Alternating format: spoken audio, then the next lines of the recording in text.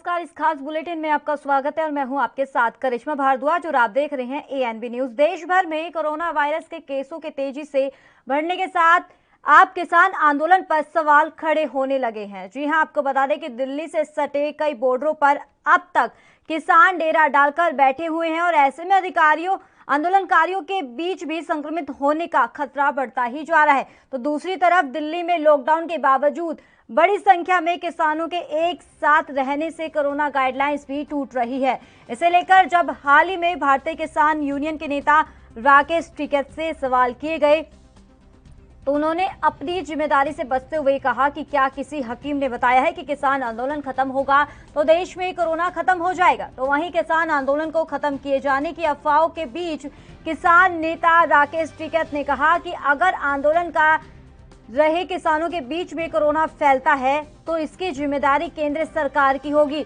और इसी दौरान राकेश टिकैत ने कहा कि अगर आंदोलन कर रहे किसानों के बीच कोरोना का संक्रमण फैलता तो इसकी जिम्मेदारी केंद्र सरकार की होगी। साथ ही उन्होंने कहा कि अगर पूरे देश में कोरोना के केस बढ़ रहे हैं तो यह किसकी जिम्मेदारी है, या उसकी भी जिम्मेदारी किसानों की होगी।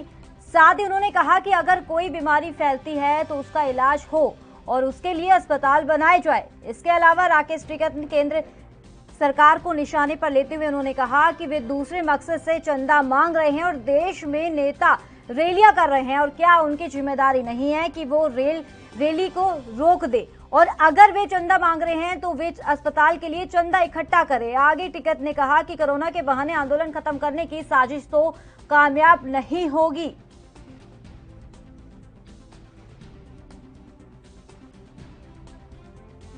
कोई बात नहीं है, तो ये तो यही करे। आपकी हार हो जा रही है ना। अरे हो जान रहे तो हमारी तो हार हो जान रहे, हम यहाँ से जाने वाले नहीं है, कोई किसान नहीं हमसे जा रहा। आपको नहीं लगता है कि आने वाले टाइम में अगर जीत जाती है बीजेपी तो आप आंदोलनकारी आंदोलनजीवी साबित होंगे? अब जो कुछ होगा देख लेंगे, हम क्या कहीं जा रहे हैं यहाँ से। आंदोलनजीवी तो हम ही यहाँ पे बैठे हुए हैं, नहीं तो अपने घर पर रहते। इनको बताएगी, देश की जनता बताएगी आने वाले टाइम पे। जिस तरह से पूरे देश के संसाधन बेचे जा रहे हैं, अभी विशाखापट्टनम में थे 2 दिन पहले, वहाँ का एक जो स्टील प्लांट है जिसमें 25,000 एकड़ जमीन है और जो वहाँ के किसानों ने दी थी उसको बेचा जा रहा है। देश के जो बड़े संस्थान हैं उनको बेचा जा रहा है। तो आने वाले टाइम पे आम जनता को इस चीज का सबको रहेगा। जिस तरह से रोजगार छिनने जा रहे हैं, जिस तरह से करीब 23 बड़े संस्थान देश के बिखरे हैं, तो इस देश में कुछ नहीं बचेगा। 2024 तक अगर आंदोलन नहीं होगा और इसको ना रोका गया तो ये देश तो 80% बिक चुका होगा 2024 तक। तो इसको रोकना पड़ेगा, आंदोलन में जाना पड़ेगा। सभी जवानों को, सभी किसानों को, सभी मजदूरों को, व्यापारियों को, दुकानदारों को, सबको उठना पड़ेगा और आंदोलन करनी है। मरकज ये ना मरकज है, न ये जमात है, न ये शाहीन बाग है, ये किसान है। नहीं, आपको डर नहीं लगता है कि सारी जिम्मेदारी हमको पड़ जाएगी आपको? कहीं की अगर कोरोना से हाल बिगड़ता है किसानों को, और सरकार पर पड़ेगी इसकी जिम्मेदारी या हॉस्पिटल पर पड़ेगी? सरकार की जिम्मेदारी ना। कोई बीमारी आती है तो सरकार की जिम्मेदारी है। अभी कई लाख केस आ रहे तो उसमें भी यही जिम्मेदार रहेगा किसान। सरकार जिम्मेदार है, सरकार उस पर ध्यान दे। हाँ, चुनाव में जा रही, बंगाल जा रही, आ जाएगी 3 तारीख में, सब यहीं आ जाएंगे। 3 तारीख के बाद में होगा फिर जो कुछ होगा। सरकार भी आ जाएगी यहीं, तो मिलेंगे सरकार से। भीड़ नहीं है, भीड़ कम हो गई है उस तरीके के। भीड़ बुलावे तो कोरोना का डर दिखाओ, भीड़ ना बुलावे तो भीड़ कम होगी। आएगी भीड़, जैसे जैसे सरकार आ जाएगी 3 तारीख में भीड़ भी आ जाएगी। गेहूं काटने जा रही भीड़, अभी किसान भीड़ आएगी, वापस आ जाएगी। तो आपको बता दें कि देश भर में कोरोना वायरस के मामलों में लगातार तेजी देखने को मिल रही है। तो अगर बात किसानों की करें तो किसानों का भी प्रदर्शन जारी है, हौसले लगातार बुलंद होते हुए नजर आ रहे हैं। राकेश टिकैत का बयान सामने आया है, उन्होंने केंद्र सरकार पर तंज कसा है। उन्होंने कहा कि सरकार लगातार चंदा मांग रही है और किसानों के बीच अगर कोरोना फैलता है तो इसका जिम्मेदार सरकार होगी, केंद्र सरकार। तो चुनाव खत्म होते ही भीड़ जुटनी शुरू हो जाएगी, राकेश टिकैत ने कहा है। क्योंकि जिस तरीके से पत्रकारों से उन्होंने बातचीत करते हुए कहा कि अगर इसी दौरान अगर भीड़ को बुलाया जाए तो वहां पर कोरोना का डर दिखाया जाता है। तो अब जब चुनाव खत्म हो जाएंगे 3 तारीख के बाद फिर से दिल्ली की तरफ आने शुरू हो जाएंगे किसान। अब देखना ये होगा कि जिस तरीके से अब सरकार के बीच में दोहरी चुनौती है, एक तरफ तो कोरोना तो दूसरी तरफ किसानों का प्रदर्शन जो कृषि कानून को रद्द करने की मांग कर रहे हैं। देखना होगा कि इस मकसद में कितनी केंद्र सरकार कामयाब हो पाती है। तो किसानों का हल्ला बोल लगातार जारी है। तो सरकार लगातार चंदा मांग रही है और साथ ही उन्होंने कहा कि सरकार चंदा की जगह अगर अस्पतालों के लिए चंदा मांगे तो कितना अच्छा रहेगा। तो अस्पतालों में जो स्थिति है बेकाबू होती नजर आ रही है कोरोना के कारण, क्योंकि व्यवस्था पूरी तरीके से चरमाई हुई है, बेड्स नहीं है वहां पे। अगर दवा को लेकर बात करें तो दवाई खत्म हो चुकी है, ऑक्सीजन की भारी कमी देखने को मिल रही है।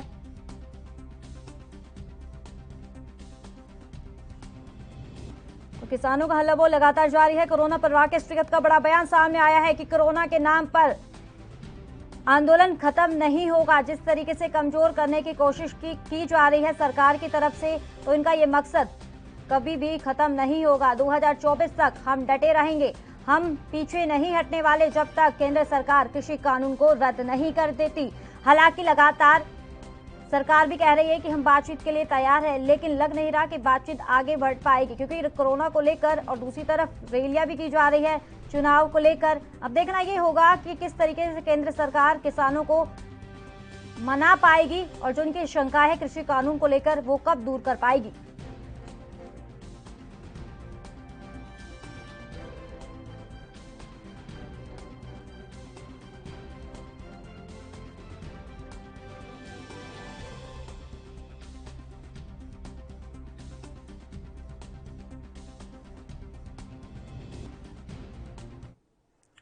तो लगातार जिस तरीके से देश भर में कोरोना ने अपना प्रकोप रूप दिखाना शुरू कर दिया है, बात अगर किसानों की करें तो किसानों का भी प्रदर्शन लगातार जारी है। तो साफ तौर पर किसानों की तरफ से ये कहना है कि जब तक कृषि कानून रद्द नहीं होते तब तक हम आंदोलन खत्म नहीं करेंगे। तो इसी मुद्दे पर हमारे दो खास मेहमान जुड़ गए हैं, राहुल आनंद बीजेपी नेता और दूसरे हैं पवन दुग्गल किसान नेता। सर, आप दोनों खास मेहमानों का बहुत बहुत स्वागत है एएनबी न्यूज पर।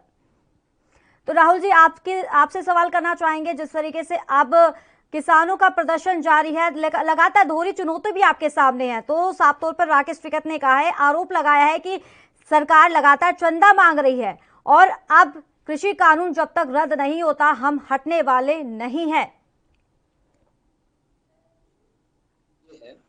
कि जो किसान आंदोलन करने वाले जो नेतागण हैं वो अपनी जिम्मेदारियों से पीछे हटते हर वक्त नजर आते हैं, चाहे वो किसी भी पायदान पे देखने को मिले, चाहे वो केंद्र सरकार से बात करना हो उस समय भी उनकी विफलता आती है, चाहे वो आंदोलन करना हो, अगर भीड़ को लेकर लाल किले तक मार्च करना हो उसमें भी उनकी विफलता नजर आती है, अगर धरने पे बैठना है तो भी उनको समस्याएं नजर आती है। मैं करिश्मा जी, बड़ा ही सरल है कि अगर आप किसी भीड़ का नेतृत्व करते हैं तो नेतृत्व करने वाले के ऊपर उसकी जिम्मेदारी होती है जिसे लेनी चाहिए, चाहे वो किसी भी रूप में हो, प्रत्यक्ष रूप से हो या अप्रत्यक्ष रूप से हो। अगर देश के अंदर अभी समय प्रतिकूल चल रहा है तो उन्हें चाहिए था आपसी समझ और समझदारी दिखाने की। मैं ये नहीं कहता कि आप धरना मत कीजिए, आप आंदोलन मत कीजिए, दिशा सही रखिए। और आपने ही कभी कहा था, राकेश टिकैत जी ने ही कभी कहा था कोरोना को लेकर कि कहाँ है कोरोना, लेकिन उन्होंने ही टीका जाकर ले लिया। ये भी दिखा उनके दोहरे चरित्र को। दूसरी बात कि अगर कोई बच्चा यूपीएससी का एग्जाम देता है और यूपीएससी में वो असफल हो जाता है तो इसके लिए वो केंद्र सरकार पे जो दोष कर दे कि सरकार इसके लिए जिम्मेदार है। तो अगर आप आंदोलन चला रहे हैं तो अगर आंदोलन का अगर कहीं रूपरेखा नहीं तैयार है और आप अगर दिशा भ्रमित के शिकार हैं और अगर कहीं कोई समस्या नजर आती है और जबकि आपको सरकार की तरफ से प्रस्ताव भी दिए गए हैं कि आप आइए हम बैठते हैं बात करते हैं, लेकिन विपक्ष की रोटियां गर्म करने के लिए विपक्ष भी इन राकेश टिकैत जैसे नेताओं का, जो कि नेता है नहीं बन रहे हैं, अगर नेता होते तो फिर वो प्रत्यक्ष रूप से अपनी सारी जिम्मेदारियों का निर्वहन बहुत ही अच्छे तरीके से करते हैं। और ये इस प्रकार की बात करना खास करके इस समय कि अगर कोरोना किसी को हुआ तो उसके लिए सरकार जिम्मेदार है, उसमें सरकार कैसे जिम्मेदार है? अगर उससे पूरे देश को परेशानी है, मैं ये भी कहता हूं कि पूरा देश इससे अभी परेशान है, लेकिन आप कुछ परेशानियों को अपनी सूझबूझ दिखाकर कम कर सकते हैं। आप में से किसी ने इसका प्रयत्न नहीं किया। और दूसरी, अगर आप इस प्रकार का बयान देंगे तो आपके साथ जो लोग हैं, जो जुड़े हैं, उनके ऊपर किस प्रकार का अनुकूल प्रभाव पड़ेगा या प्रतिकूल प्रभाव पड़ेगा, ये भी इनको तय करनी चाहिए। मैं मानता हूं इनकी जिद है कि किसान बिल पूरी तरह से रद्द हो जानी चाहिए। चलो पल भर के ये मान भी लेते हैं कि उसको रद्द हो जानी चाहिए, तो उसमें काला क्या है आज तक इन्होंने नहीं बताया। क्योंकि वो अगर मैं भी जानूंगा तब तो सरकार के पास बातें रखी जाएंगी कि इसमें काला ये पॉइंट है जो आपने काला बताया है, ये काला है। जो इनकी प्रत्यक्ष मांगे हैं, जो तार्किक मांगे हैं, उसको सरकार ने मान भी ली है, और जो अतार्किक है उसके लिए वो तैयार नहीं हो रही है। आनंद जी, साफ तौर पर उनकी एक शंका है, उनका साफ तौर पे ये कहना है कि मंडी खत्म हो जाएगी, जो उनके पास जमीन है वो भी उनके पास नहीं रहेगी, जो बड़े व्यापारी है उनके बाद वापस चली जाएगी। तो उनका ये शंका है, उनकी दूर कीजिए ना शंका है, किस तरीके से आप दूर करेंगे? देखिए, सरकार ने पहले ही इस बात को स्पष्ट किया था कि किसान बिल लाने के बाद जो मंडी व्यवस्था है वो समाप्त नहीं होगी। लेकिन यहाँ समाप्त क्यों हो रही है, किसके माध्यम से हो रही है, मैं ये भी आपको स्पष्ट कर देता हूँ।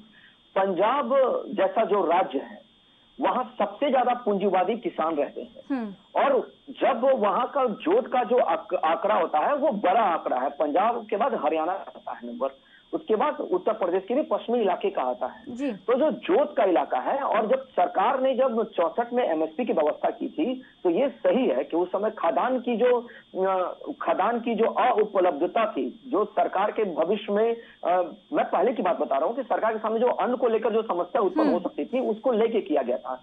और जो राजस्व की जहां तक बात है, वो भारी मात्रा में वहां की राज्य सरकार को मंडी की वजह से मंडी शुल्क जाता है। जो मंडी शुल्क की व्यवस्था समाप्त हो जाएगी वो सरकार नहीं चाह रही है, राज्य सरकार नहीं चाह रही है।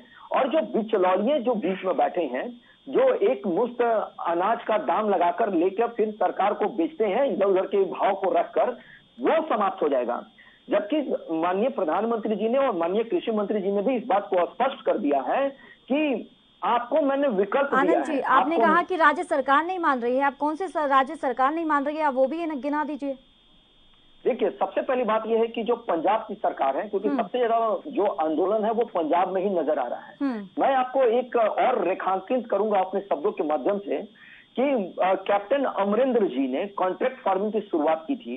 और मैं बात करता हूं आपको 80-85 की दशक की भी मैं आपसे एक बार अगर बात कर लूं तो यूएन जो है, जिसको यूनाइटेड नेशन कहते हैं, उन्होंने कॉन्ट्रैक्ट फार्मिंग करने के लिए छत्तीसगढ़ को चुना था और एमपी जैसे राज्यों को चुना था। पहले की मैं बात बता रहा हूँ, जिसके ऊपर बड़ी बड़ी कंपनियों ने कांग्रेस के शासन में कॉन्ट्रैक्ट फार्मिंग किया और उससे अच्छी सफलता अर्जित की। और कैप्टन अमरिंदर जी भी कई जगह जाकर कॉन्ट्रैक्ट फार्मिंग का उद्घाटन भी कर रहे हैं और उन्होंने किया भी है। तो आनंद जी, हरियाणा को तो आप भूल रहे हैं, क्योंकि हरियाणा में भी ज्यादा किसान है। मैं आ रहा हूं, मैं आपको उस विषय पर भी आ रहा हूं।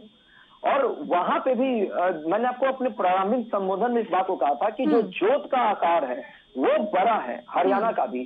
तो जो पूंजीवादी लोग हैं वो सबसे ज्यादा इसका, जो बिचौलिए हैं वो सबसे ज्यादा इसका समर्थन कर रहे हैं। इसलिए कर रहे हैं क्योंकि उनको एक मुश्त जो सरकार ने जो कैप को हटाया है, जो बिचौलियों के कैप को हटाया है, जिसके वजह से आज ये परेशानी का दौर शुरू हो गया है उन लोगों के लिए जो इसका दलाली करते थे, अनाज का दलाली करते थे। अगर आप आंकड़ों पे ध्यान देंगी तो आंकड़ों पे भी दिखता है कि जो खरीदारी की गई है धान की और गेहूं की, वो एमएसपी रेट पे किस प्रकार से की गई है। और अभी भी 1900 से ऊपर का क्विंटल प्रति क्विंटल के हिसाब 1975 प्रति क्विंटल के आधार पे अनाज खरीदना है, जिसके भारतीय खाद्य निगम की जो संस्था है, भारत सरकार की जो संस्था है भारतीय खाद्य निगम, वो खरीद भी रही है। अगर आंकड़ों पे अगर गौर करेंगे आप तो सबसे ज्यादा जो अनाज खरीदा गया है वो पंजाब से खरीदा गया है। और सबसे बड़ा आश्चर्य करने वाली बात यह है कि वहीं पर सबसे ज्यादा इसका विरोध हो रहा है। यानी पूरे देश में 65% का लक्ष्य सिर्फ पंजाब से लिया गया है, फिर भी पंजाब के कुछ चुनिंदा लोग ही आंदोलन में सम्मिलित हैं। मैं अब बात कर लेता हूं अन्य राज्यों की भी। तो अगर आप वेस्ट बंगाल कर ले, वो गैर भाजपा शासित प्रदेश है, महाराष्ट्र हो गया, राजस्थान हो गया। महाराष्ट्र में भी महाराष्ट्र में भी इस किसान आंदोलन के बिल का लोग यूज कर रहे हैं, इस्तेमाल कर रहे हैं। आपने देखा होगा, क्योंकि मीडिया में इन सभी बातों की भी चर्चा होते रहती है। चलिए राहुल जी, हम इनसे भी बातचीत कर लेते हैं। पवन दुग्गल हमारे साथ जुड़े हुए हैं, किसान नेता। सर, आप मानते हैं कि देश में अब कोरोना एक बार फिर से बेकाबू होता हुआ नजर आ रहा है? जो पिछले साल भी देखने को मिला है और अभी जो हालात बिगड़ रही है चिंताजनक है, लेकिन पिछली जो इनकी फर्स्ट लहर आई थी। लेकिन सर, आप गाइडलाइंस का पालन नहीं कर रहे हैं ना। खटगढ़ प्लाजा रोड पर आपने रणनीति बनाई थी और इसी बीच में आपने कोरोना गाइडलाइंस की धज्जियां उड़ाई है, क्योंकि भारी भीड़ देखने को मिल रही है। सर, तो ये बात तो आप मोदी जी की रैली से पूछो ना। मोदी जी की रैली के अंदर जब देश का प्रधानमंत्री खुद, जिसके पास सारी देश की जिम्मेवारी हो, अगर वो खुद वहां महारैलियां निकाल रहे हैं तो रैलियों के बाद में ये कह रहे हैं कि मैंने इतनी भीड़ नहीं देखी, इतनी भीड़ सुनने के लिए आए हैं, तो ये सारा काम तो देश का जो प्रधान सेवक है वो कर रहा है। और जहां तक किसान की बात है, तो किसान ने तो पिछले दफा भी अपने खेत में रह के खेती की है, मजदूर ने काम किया है, हमने देश की जीडीपी व्यवस्था को जिंदा रखा है। पवन उस जी, समय भी कोरोना टोल प्लाजा पे जिस तरीके से भीड़ जुटाई गई है, पवन जी, टोल प्लाजा पे जो जिस तरीके से भीड़ जुटाई गई है, रणनीति बनाई गई है, चलिए इस मुद्दे पे हम दोबारा चर्चा करेंगे। वक्त हो चला एक छोटे से ब्रेक का।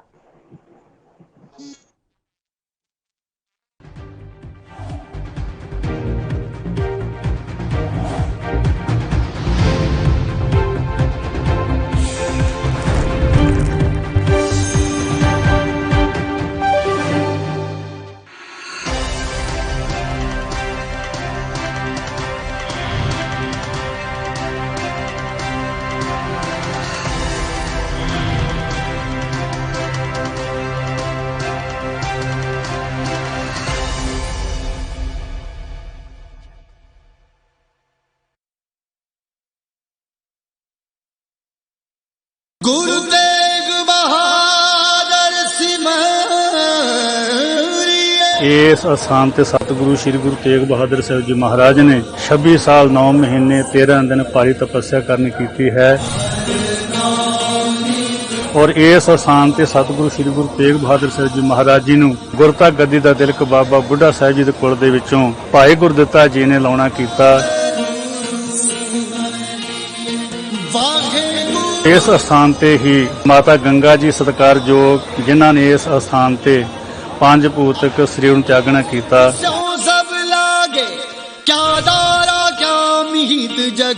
धन गुरु अमरदास जी दे हुक्म सदका धन गुरु रामदास जी ने जिस नगरी दी नींह रखी उस दा नाम गुरु का ਚੱਕ रखिया ਅਤੇ बाद ਵਿੱਚ ਚੱਕ ਰਾਮਦਾਸਪੁਰ ਅਤੇ ਅਖੀਰ ਅੰਮ੍ਰਿਤਸਰ ਸਾਹਿਬ ਦੇ ਨਾਮ ਨਾਲ ਮਸ਼ਹੂਰ ਹੋਇਆ।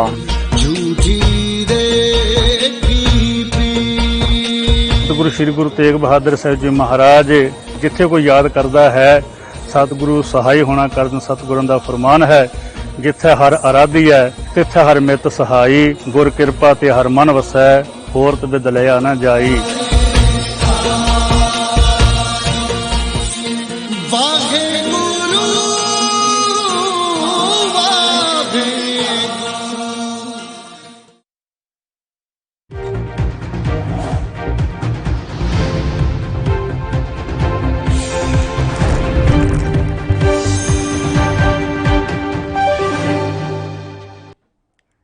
ब्रेक के बाद आपका एक बार फिर से स्वागत है। हम बात कर रहे हैं कोरोना के बढ़ते मामलों को लेकर और साथ ही किसानों के प्रदर्शन को लेकर। जी हां, आपको बता दें कि जब से किसानों का प्रदर्शन जारी है तो वहीं पर अब आरोप प्रत्यारोप का दौर जारी है। बीजेपी सरकार कह रही है कि किसानों की वजह से भी कोरोना में इजाफा हो रहा है, तो दूसरी तरफ किसानों की बात करें तो किसानों का साफ तौर पर कहना है कि केंद्र सरकार जब तक कृषि कानून को रद्द नहीं करती हम प्रदर्शन से हटने वाले नहीं है। तो इसी मुद्दे पर हमारे दो खास मेहमान जुड़े हैं, राहुल आनंद बीजेपी नेता, पवन दुग्गल किसान नेता। पवन जी, आपकी तरफ रुख करना चाहेंगे। आपने जिस तरीके से बोला कि भीड़ आप जुटा रहे हैं, जिस तरीके से अब कटघड़ टोल प्लाजा में भीड़ देखने को मिल रही है और आगे की रणनीति को लेकर बातचीत की है, आप ये कह रहे हैं कि बीजेपी सरकार कोरोना गाइडलाइंस का पालन नहीं कर रही, रैलियां में लगातार भीड़ देखने को मिल रही है, तो अगर वो पालन नहीं कर रहे क्या आप भी पालन नहीं करेंगे क्या? देखिए, बात यह है कि सरकार की जो जिम्मेवारी है, सरकार जिस प्रकार से अभी बंगाल के अंदर रैलियां की है और बाकी रैलियों के बाद में जिस प्रकार से भीड़ जुटाई है वो कम से कम सरकार उसका जवाब दे। और रही किसान की बात, तो किसान पिछले 5 महीनों से अपने बात को लेकर, कृषि कानूनों को लेकर संघर्ष कर, तो सरकार की जिम्मेदारी कहाँ है? सरकार खुद रैलियां कर रही है। सरकार के पास आज हालात ये है कि जो इन्होंने कोरोना के नाम से फंड, प्रधानमंत्री जो फंड इकट्ठा किया है, आज वो कहाँ गया है? आज हॉस्पिटल के अंदर ऑक्सीजन की कमी है। ये देश की ये व्यवस्था करने की बजाय ये फिर उस किसान की तरफ इंगित कर रहे हैं, किसान को भी टारगेट बना रहे हैं। जहां तक बात है कि देश का अन्नदाता पिछले बार भी कोरोना से लड़ा है, देश का उत्पादन भी बढ़ाया है, इस बार भी हम उत्पादन भी कर रहे हैं, खेत में काम भी कर रहे हैं। हम अपने अपने मोर्चों में बैठे हैं और उन मोर्चों के अंदर ही हम सब का है, सरकार कोरोना गाइडलाइन के तहत वैक्सीन लगाना चाहे तो मोर्चों पे भेजे, मेडिकल की सुविधा मोर्चों पे भेजे। ये वैसे ही गांव बड़े हैं, जैसे हमारे हिंदुस्तान में गांव है, वैसे हमारा सिंधु चाहे मोर्चा हो, चाहे टिकरी हो, चाहे शाहजहापुरा हो, चाहे हमारा अन्य मोर्चा हो, ये तमाम मोर्चे गांव के रूप में है। तो सरकार को अगर चिंता है तो भेजे ना, मेडिकल टीम भेजे, हम तमाम फॉलो करने को तैयार है। मगर सरकार अपनी जिम्मेदारी से न भागे, सरकार अपनी जो जिम्मेवारी है उससे न भागे। वो जहाँ तक बात है आंदोलन की, देखो ये आंदोलन इस देश की नस्ल और फसल का है, ये नहीं है कि कोई छोटी बात है। इसलिए ये आंदोलन तब तक अंतिम सांस तक चलेगा और सरकार को मजबूर होकर ये कृषि बिल वापस लेने होंगे, एमएसपी पे कानून बनाना होगा। इसके अलावा सरकार कुछ भी करे। और जहाँ तक ये प्रवक्ता जी कह रहे हैं कि काला क्या है, अब इनके बड़े नेताओं को पता नहीं लग रहा, इनके छोटे नेताओं को पता नहीं लग रहा। हम इनकी सरकार है तो हरियाणा सरकार जाए ना अपने अपने गांव में। इस विधानसभा से इनका विधायक जीता है, इस विधानसभा से इनका मुख्यमंत्री, इनका एग्रीकल्चर मिनिस्टर जीता है, वो अपने लोगों के जाके बताए कि ये काला है या ये सफेद है। मतलब इस प्रकार की वाहियात बात ये इनके बड़े नेता और इनके ग्राउंड लेवल के नेता कर रहे हैं। राहुल जी से जवाब ले लेते हैं। राहुल जी, आप कुछ कहना चाह रहे हैं?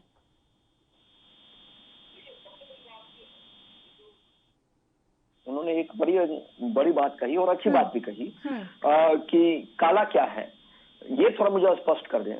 तो अगर मुझे अब 2-3 मिनट का समय देंगी तो मैं सारी चीजों को स्पष्ट कर दूंगा।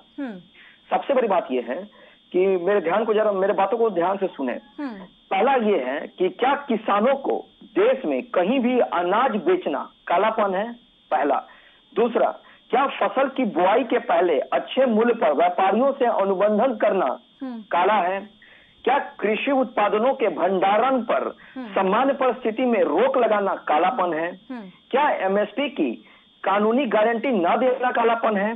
क्या अनुबंधन की शर्तों के उल्लंघन पर न्यायालय के स्थान पर जिलाधिकारी या उप जिलाधिकारी के शरण में जाकर समस्या का निष्पादन करना कालापन है? ये मैंने 5 सवाल पूछे जिसमें किसान बिल में इन सारी बातों का जिक्र किया गया है। मैं आपको बता दूं कि जब 1.5 साल तक सरकार भी तैयार हो गई इस पर रोक लगाने के लिए, उसके बाद भी ये जिद पे अड़ गए।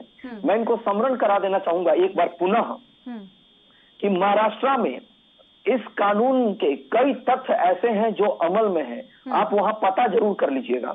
और मनमोहन सिंह की सरकार ने और में जो शरद पवार जी जो थे, जो कृषि मंत्री थे, उन्होंने भी इस प्रकार के कानून को लाने की वकालत की थी। यहाँ तक कि चलो हमारी बात मत मानो, मैं इस चीज को मानता हूँ, लेकिन आप पूर्व प्रधानमंत्री मनमोहन जी की तो बात को मानो जो उन्होंने लोकसभा में इस बात का वंदन किया था। अगर ये कृषि कानून आने के पहले अगर किसानों की व्यवस्था और उनकी परिस्थितियां सामान्य थी तो फिर आज ऐसी स्थिति क्यों है किसानों के साथ? तो क्या एक बदलाव को मौका नहीं देना चाहिए? ये एक बदलाव की तरफ इंगित करता है जिसमें आना चाहिए। मैंने आपको ये भी कहा था कि बहुत सारे राज्य ऐसे हैं जो मंडी शुल्क को खत्म होने के डर से उसका वो विरोध कर रहे हैं। तो पूरे देश में जितने राज्य हैं उनमें सबसे ज्यादा अगर कोई खास करके अगर कोई बेचैन है तो वो पंजाब है। चलो ममता दीदी तो बीजेपी की कोर विरोधी आती है, लेकिन उन्होंने भी इस कानून को लेकर अब तक कुछ टिप्पणी नहीं की है, जबकि कानून आने के पहले वो निवर्तमान मुख्यमंत्री नहीं घोषित की गई थी। उनके राज्य में भी इस प्रकार की व्यवस्था है, सुगम है, जिसको वो भी एक्सेप्ट करती है। और मैं आ जाता हूं कांग्रेस की भी बात पे। कांग्रेस के पेज नंबर 9 के 2019 के मैनिफेस्टो को अगर ध्यान से पढ़ा जाए तो उसमें भी इस प्रकार का जिक्र किया गया है, जिसमें कांग्रेस प्रोमिसेस शब्दों का सबसे ज्यादा इस्तेमाल किया गया है। उसमें इस बिल की वकालत की गई है। हम लोग टीवी पर बैठते हैं, बातें करते हैं, हम भी अपनी बातों को समझाते हैं, वो भी अपनी बातों को कहते हैं, लेकिन हम उनको पॉजिटिविटी बताते हैं, वो निगेटिविटी की तरफ ले जाते हैं। अगर तो राहुल जी समझ क्यों नहीं रहे हैं फिर वो? देखिए, मैं बताता हूं, अगर वास्तव में अगर कोई काला कानून था अंग्रेजों के शासन में जिसको गांधी जी ने भी विरोध किया था, तो वो रोलेट एक्ट था, जिसमें गिरफ्तारी तुरंत होती थी और उसमें अपने बचाव करने के लिए ना ही वकील और ना ही जमानत की व्यवस्था थी। हर कानून जो भी बनता है उसमें काला और उजला जरूर होता है, लेकिन बातें तथ्य के साथ बैठकर समाप्त की जा सकती है। और जो केंद्र की जो सरकार है वो किसान के लिए अनुकूल व्यवस्था बना के रखी है। आप आइए, सरकार आपको निमंत्रण कर रही है। जब आप आएंगे नहीं और आप अपनी मानकों पे ही विचार करेंगे तो फिर आपने इस चीज को मान लिया है, जिस तरह लोगों ने इस चीज को मान लिया था कि 370 तो कभी खत्म ही नहीं हो सकता है। लेकिन उसके पीछे की सच्चाई ये थी कि उसमें जो तत्काल शब्द लगा था उसको पढ़ना लोग भूल जाते थे। तो मैं बस एक उदाहरण दे रहा हूं, हमने भी जिद नहीं किया है, सरकार आपके साथ बैक फुट पे खड़ी है, क्योंकि किसान को लेकर हमारी सरकार हर वक्त चिंतामय रहती है। और आपने देखा भी होगा कि जब भी बजट आता है केंद्र सरकार का, उसमें किसान की महत्व का ही गुणगान किया जाता है। ये एक अच्छी बात है, लेकिन आप बैठिए, सरकार भी बैठे, दोनों बैठे और इसका निष्पादन करें। ये कहकर दोषारोपण कर एक दूसरे पे हम किसी भी निष्कर्ष का समाधान नहीं निकाल सकते हैं। ये मेरा आपसे भी आग्रह है किसान नेता से कि आप एक बार इस पे विचार जरूर करें। अगर आप फायदे की बात करेंगे तो मैं आपको ऐसे 7-8 फायदे बता दूंगा, आप एक काला मुझे नहीं बता पाएंगे। अगर इजाजत हो तो मैं बोलूं? जी बोलिए।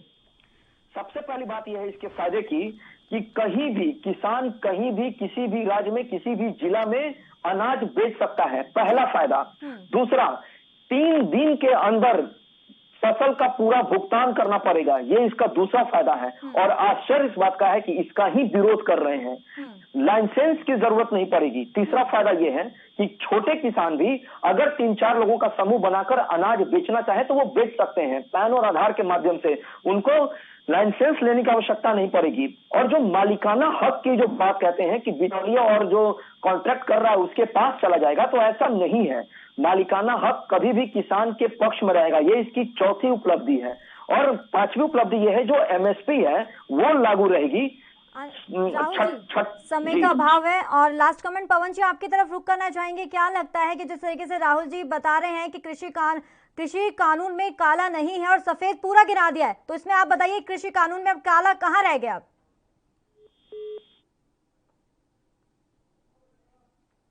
चलिए पवन जी, राहुल जी, समय का अभाव है, बहुत बहुत शुक्रिया आप खास मेहमानों का इसमें जुड़ने के लिए। तो देखना ये होगा कि कोरोना काल में सरकार किसानों की बात पर कितना ध्यान दे पाती है, क्योंकि दिल्ली में कोरोना के मामलों में इजाफा हो रहा है और दूसरी तरफ किसानों का ये कहना है कि अगर हमारे बीच में किसी को कोरोना हुआ तो उसका जिम्मेदार सरकार होगी। तो इस खास बुलेटिन में फिलहाल इतना ही, दीजिए इजाजत, नमस्कार।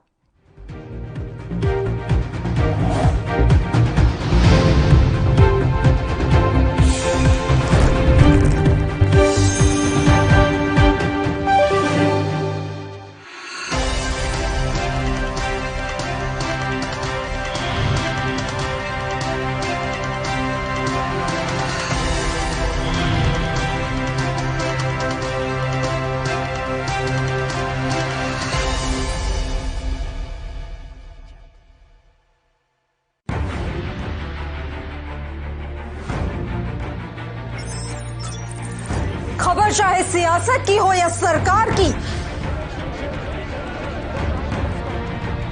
खबर चाहे भ्रष्टाचार की हो या गुनहगार की,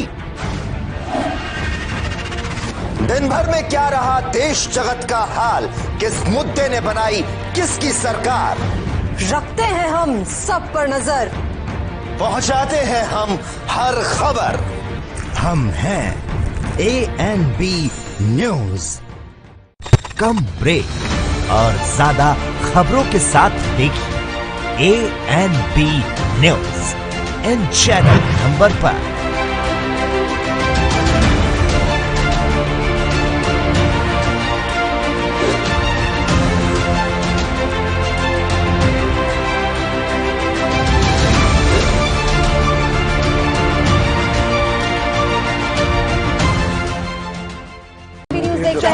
अफसर पर विराज कोरोना की स्थिति दिल्ली में काफी बेकाबू।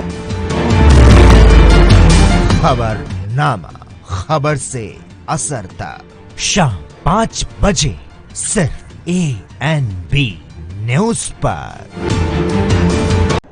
यात्रीगण कृपया ध्यान दें, ANB express news on wheels Tata sky, Airtel, Facebook page, Instagram, Jio TV, Google play, YouTube और ऐप स्टोर पर रात 9 बजे ANB न्यूज पर आ रही है। धन्यवाद।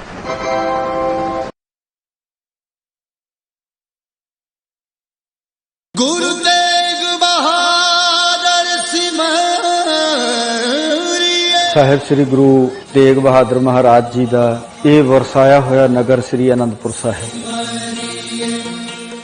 19 ਜੂਨ 1665 ਈਸਵੀ ਨੂੰ ਬਿਲਾਸਪੁਰ ਦੇ ਰਾਜਾ ਦੀਪ ਚੰਦ ਦੀ ਵਿਧਵਾ ਰਾਣੀ ਮਹਾਰਾਣੀ ਚੰਪਾ ਦੇ ਕੋਲੋਂ ਮੁੱਲ ਖਰੀਦ ਕਰਕੇ ਇਸ ਨਵੇਂ ਨਗਰ ਦੀ ਦਾਤਾਰ ਸਤਿਗੁਰੂ ਜੀ ਨੇ ਨੀਂਹ ਰੱਖੀ।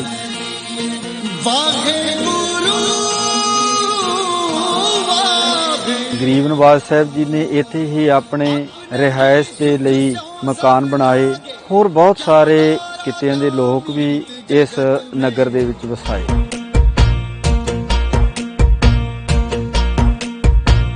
ਇਸ ਸਥਾਨ ਤੇ ਸ੍ਰੀ ਗੁਰੂ ਤੇਗ ਬਹਾਦਰ ਜੀ ਦੇ ਸ਼ੀਸ਼ ਦਾ ਸੰਸਕਾਰ ਹੋਇਆ ਸੀ। ਇਸ ਸਥਾਨ ਤੇ ਬਹੁਤ ਹੀ ਸੁੰਦਰ ਗੁਰਦੁਆਰਾ ਸੁਭਾਇਮਾਨ ਹੈ। ਗੁਰਦੁਆਰਾ ਦਾ ਸ਼ੀਸ਼ਗੰਜ ਸਾਹਿਬ ਜੀ